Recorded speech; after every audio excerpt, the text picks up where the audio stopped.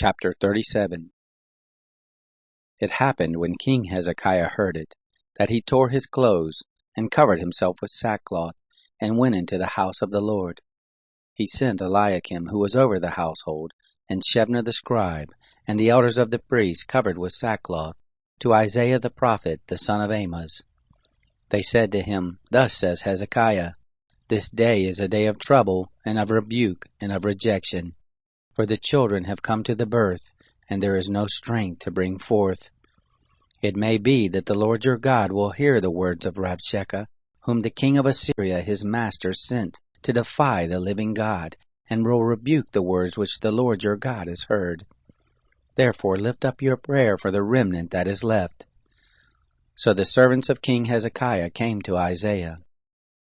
Isaiah said to them, Thus shall you tell your master, Thus says the Lord, Don't be afraid of the words that you have heard, with which the servants of the king of Assyria have blasphemed me. Behold, I will put a spirit in him, and he shall hear news, and shall return to his own land, and I will cause him to fall by the sword in his own land.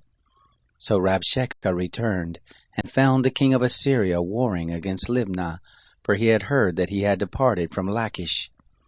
He heard say concerning Tirhakah the king of Ethiopia, He has come out to fight against you. When he heard it, he sent messengers to Hezekiah, saying, Thus shall you speak to Hezekiah king of Judah, saying, Don't let your God in whom you trust deceive you, saying, Jerusalem shall not be given into the hand of the king of Assyria. Behold, you have heard what the kings of Assyria have done to all lands, by destroying them utterly, and shall you be delivered? Have the gods of the nations delivered them, which my fathers have destroyed? Gozan, and Haran, and Reseph, and the children of Eden who were in Telassar? Where is the king of Hamath, and the king of Arpad, and the king of the city of Sepharvaim, of Hena and Ivah? Hezekiah received the letter from the hand of the messengers, and read it. And Hezekiah went up to the house of the Lord, and spread it before the Lord. Hezekiah prayed to the Lord, saying, O Lord of hosts, the God of Israel, who sits above the cherubim, you are the God, even you alone, of all the kingdoms of the earth, and you have made heaven and earth. Turn your ear, O Lord, and hear. Open your eyes, Lord, and behold, and hear all the words of Sennacherib, who has sent to defy the living God. Of a truth, Lord, the kings of Assyria have laid waste all the countries and their land, and have cast their gods into the fire, for they were no gods, but the work of men's hands, wood and stone, therefore they have destroyed them. Now therefore, O Lord our God, save us from his hand, that all the kingdoms of the earth may know that you are the Lord, even you only. Then Isaiah the son of Amoz sent to Hezekiah, saying, Thus says the Lord, the God of Israel, Whereas you have prayed to me against Sennacherib, king of Assyria, this is the word which the Lord has spoken concerning him. The virgin daughter of Zion has despised you and ridiculed you. The daughter of Jerusalem has shaken her head at you. Whom have you defied and blasphemed? And against whom have you exalted your voice, and lifted up your eyes on high? Even against the Holy One of Israel. By your servants have you defied the Lord, and have said, With the multitude of my chariots I am come up to the height of the mountains, to the innermost parts of Lebanon, and I will cut down the tall cedars of it, and the choice fir trees of it, and I will enter into its farthest height, the forest of its fruitful field. I have dug and drunk water, and with the sole of my feet will I dry up all the rivers of Egypt. Have you not heard how I have done it long ago, and formed it of ancient times? Now have I brought it to pass, that it should be yours to lay waste fortified cities into ruinous heaps. Therefore their inhabitants were of small power. They were dismayed and confounded.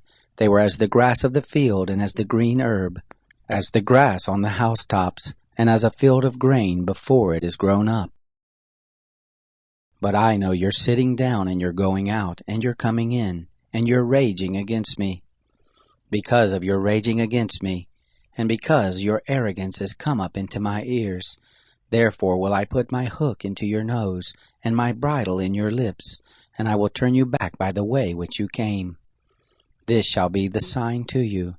You shall eat this year that which grows of itself, and in the second year that which springs of the same. And in the third year sow and reap and plant vineyards and eat the fruit of it. The remnant that is escaped of the house of Judah shall again take root downward and bear fruit upward. For out of Jerusalem shall go forth a remnant, and out of Mount Zion those who shall escape. The zeal of the Lord of hosts will perform this.